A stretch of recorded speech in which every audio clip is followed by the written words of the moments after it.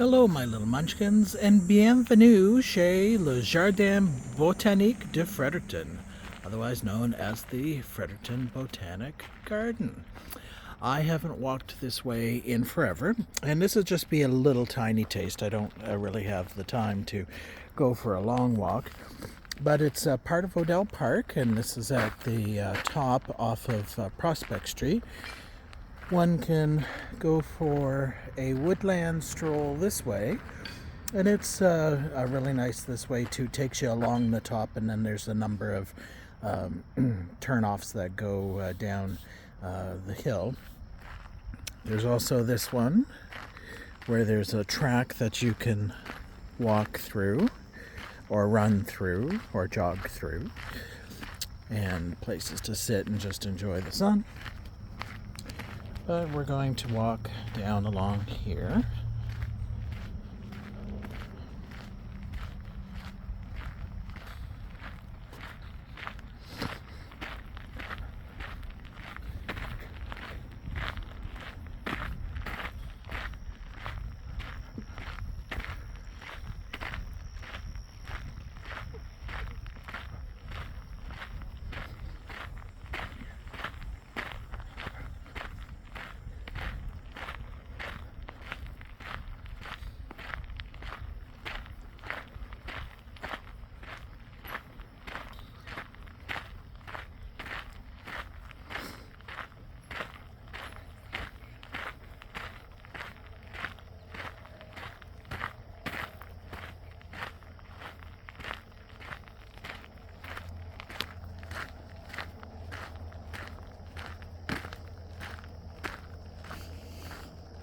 And over here, there's just some information about the trail system. Sometimes they'll put notices up if there's any important things going on, or one time they said, a group of owls just had babies and they'll swoop, so watch out for yourself.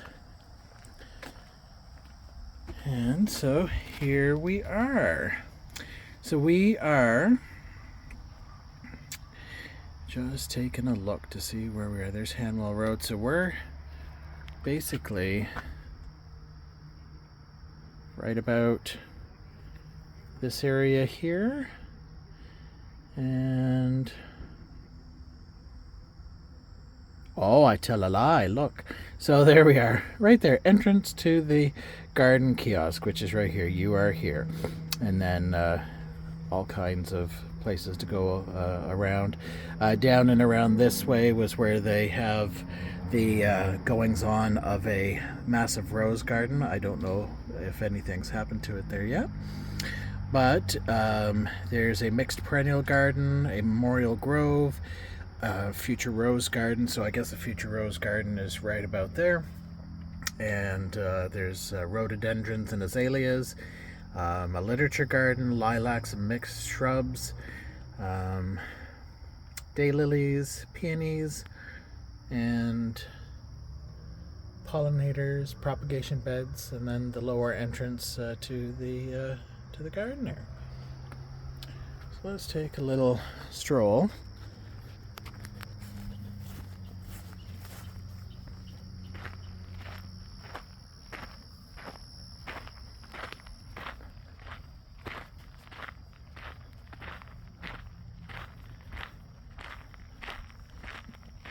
And we're coming up to the perennial garden. Some hostas down in there with a place to sit and enjoy in the back. Some mallow, I believe, and a rose little bush starting, some ferns, and I love these fellas, rudbeckias. They're one of my favorite flowers. I've always loved them. Brown-eyed Susies, some people call them, but brown-eyed Susies could also be completely different too, depending on who you ask. Echinacea. So this is the echinacea that you find as well in supplement form to help with the immune system. So that's what the plant actually looks like. And more rudbeckias and more echinacea and so on. And so all throughout there's, like I've mentioned before with Odell, there's places you can turn off so you could spend hours and hours and hours and not see the whole thing. So this is the Woodland Fern Trail down and through there. And down here is to continue on with the Botanic Garden. We won't go in to the Woodland Fern Trail just for the sake of time, and then also it's not very breezy right now, so there could be some mozzies left over. These are mountain ash berries, and they're kind of bitter, but if you, when the frost hits, if the birds haven't consumed them a lot, people make mountain ashberry jelly, and apparently it's really super good. I've never had it myself, but always willing to give anything a go at least once.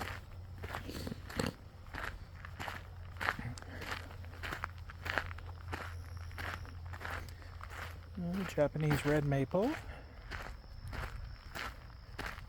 They're touch and go in the Fredericton area. If you go and buy one at a nursery, they often don't have a guarantee associated with them because they're really supposed to be a little bit further south based on the cold winters that we often get here. But that's in a sheltered area, so I imagine it'll probably do just fine. Has been so far.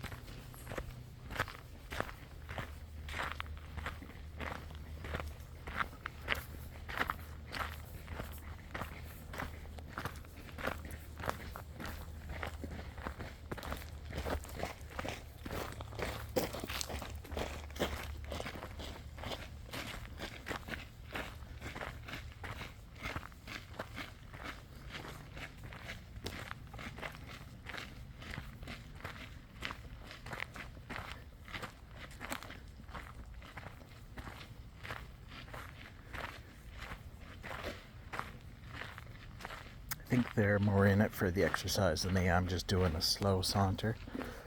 So we have another choice. We can keep on going to the Botanic Garden Resource Center, which is at the very bottom, or there's the River Valley kiosk, which is, I think, just another one of those information places like where we were at. But we will go down and check it out, and then perhaps continue on there for a little bit.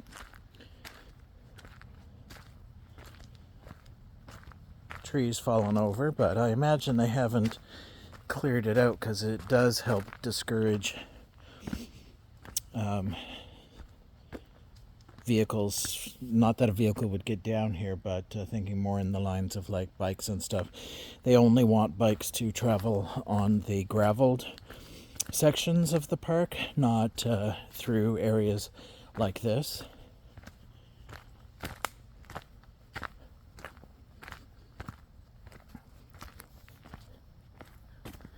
One thing I really like is there's always places to sit down and just relax and enjoy.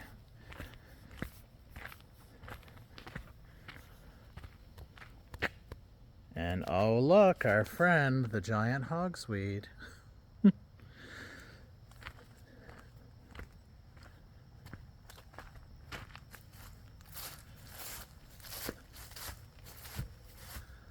So this just says that St. John River Valley ecosystems, from its headwaters in the Appalachian Mountains of northern Maine and eastern Quebec to the reversing falls in St. John, New Brunswick, the St. John River winds 673 kilometers through a region of varied climate, geology, and land use history.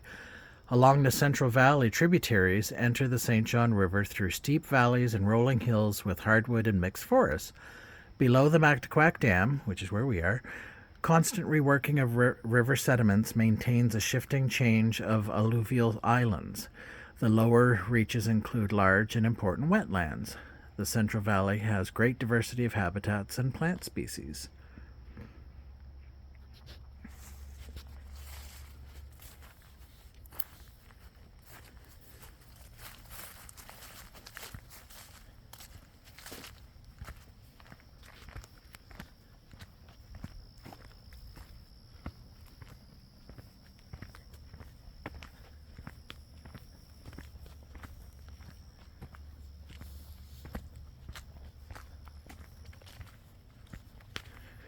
Wish you were here to enjoy this with me. It's always nice to walk with somebody and just enjoy the nature and the company. If ever you happen to be in Fredericton, you could always give me a shout, and certainly wouldn't mind showing you around.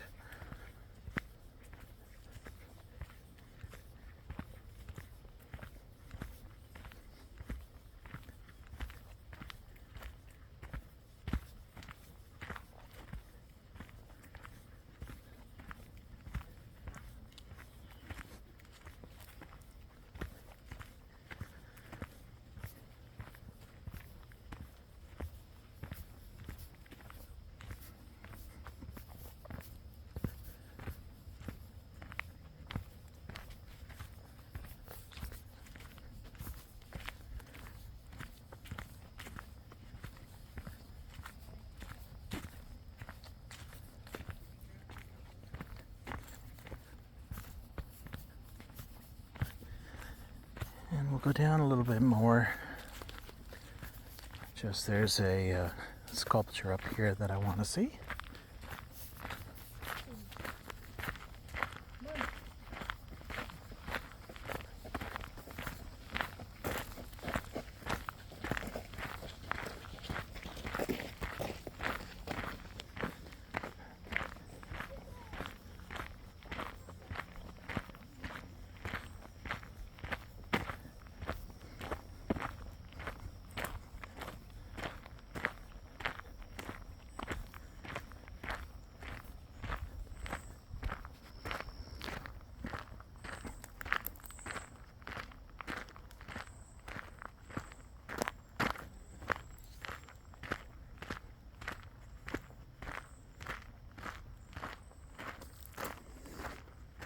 Okay, let's see what this sculpture is about. Oh yeah, so this is called Rhodo, and it's by James Boyd from Hampton, New Brunswick, and he made this in 2015. So why it's called Rhodo is that is what a budding flower looks like on rhododendrons. I've only seen pink ones, but I think they also come in white, but the buds start off like that, and then that top part will eventually blossom out into a flower. And down here we have another place to sit. Let's take a look and see what this little area is here.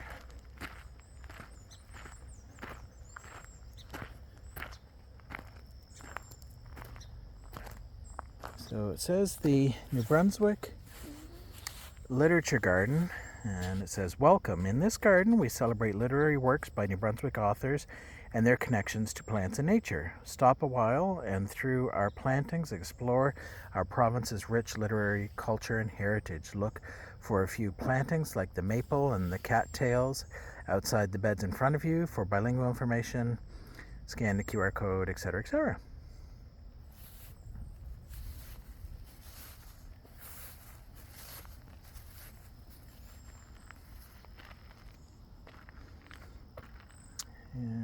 this is says poppies, and by that sea-girt Eleusinian meadow, where a half pomegranate mocks the corn. To them it seemed they still might see her, as first they say to her in the April air, a child who twinkled in a corn-green gown with scarlet poppies bleeding in her hair. So local authors and artists can be represented by some of these plants. Beautiful roses. And the nice thing with these ones is that they have a really lovely fragrance. Some of the tea roses that you see look really pretty, but then they don't really smell like anything. But your more bushy, wild types tend to be the most fragrant. And a whole bunch of geraniums. And buttercups hiding in amongst all of that bramble. Oh, cool. So, sweetgrass. So, sweetgrass, it says, is believed by the Aboriginal people of North America to be a sacred gift of our first mother, the earth. A long, shiny, bladed, sweet-scented grass, sweetgrass grows near marshlands and is gathered in the summer months, braided in the most sacred manner with an emphasis on Thanksgiving. And sweetgrass is amazing. I had the opportunity to go out with a native friend of mine, and we did pick some sweetgrass, and you hang it to dry, and then you can braid it and use it as a sort of incense as used in smudging ceremonies. And it smells really amazing. Sadly, I'm allergic to grass, so I can't really do much picking of it, but I can certainly use it once it's been picked and dried.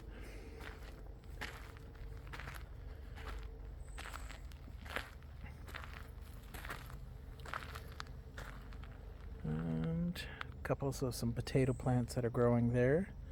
A yarrow that managed to grow out of the stump.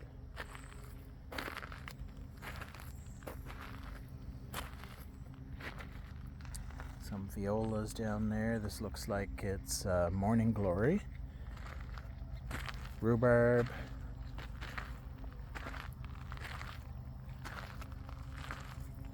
And larkspur.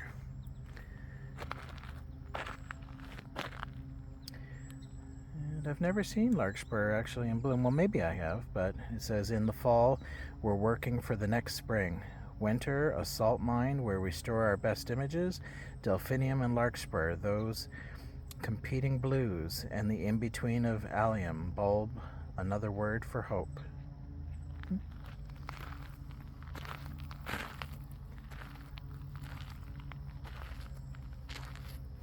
These are really pretty too.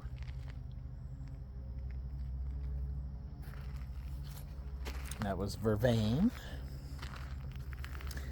Bee balm's coming up. This is really good for your pollinators. Bees love this stuff. And it's got a nice smell. Some bee balm kind of smells a little bit like Earl Grey tea.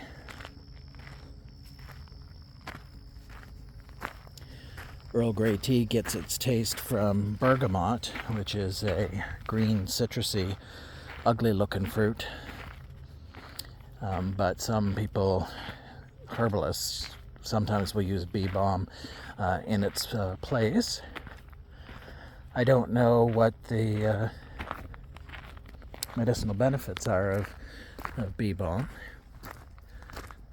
But it's a great plant to have around because I do know the benefits of having bees around. If we didn't have bees, then we would have food shortages. Our pollinators are so important, so we need to do whatever we can to support them. And one way to do so is to plant flowers and plants that the pollinators can use to survive on. And also to tell your governments that you do not want to have the everything sprayed to death. So we're gonna start heading back up the hill.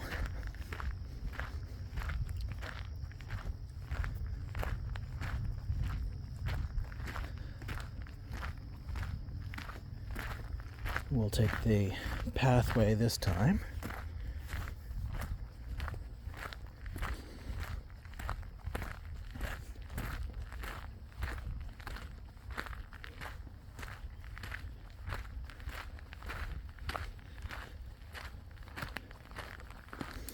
It's great this time of night. I love when the sun starts to get a little bit low in the sky and you have the play of shadows and light on the paths.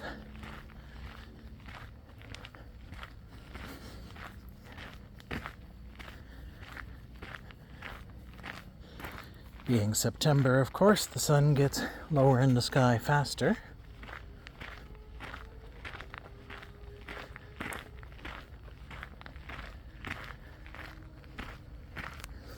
In some places you'll see that they've done this with rocks to help steer the flow of water.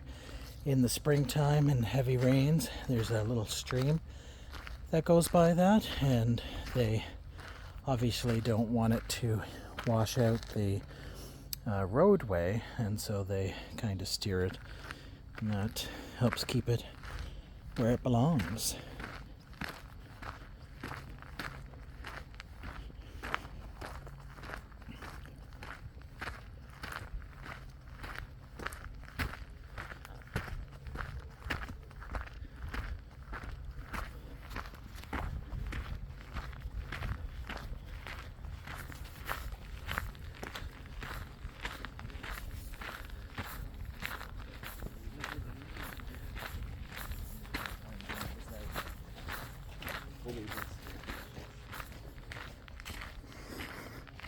Over here we have the fern gallery, and so there's various species of ferns that grow in along here. And that is something new since the last time that I've been. It's really nice that they've done that. And this is cool. I'm going to zoom up on this rock here. So many layers. That's really neat. Don't know what kind of rock it is, but that's cool.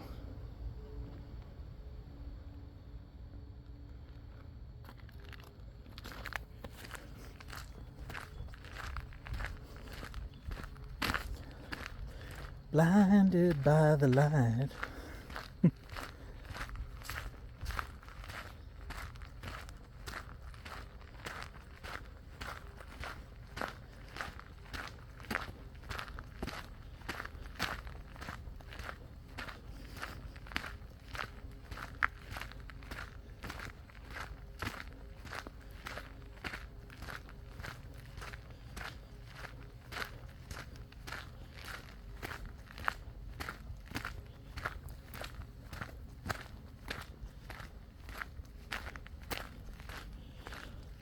On another visit to Odell, we'll actually take you on the Rosewood Trail and Creekside Trail, turning into a pumpkin soon. So that's why I'm heading up the hill.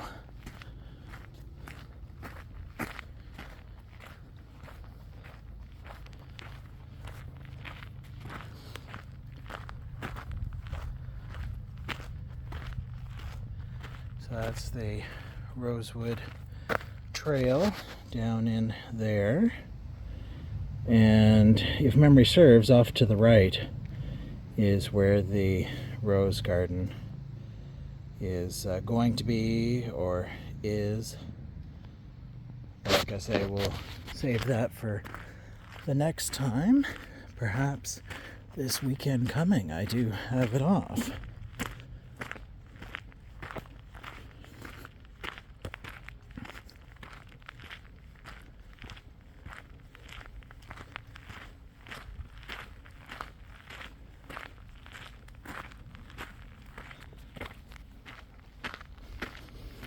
So comment below if you guys have any place like this in the cities or towns that you guys live in.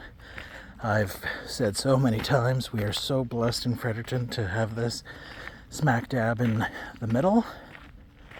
And the sign by my car actually said that it is a considered a game refuge, and so it has a status that protects it, and there's certain things you can or cannot do. One of the things, because it is a game refuge, is you have to have your dogs on a leash all the time, and with you, as I mentioned, the biking, you can only bike on these kind of paths, not the ones that go through the woods, so you're not disturbing anything.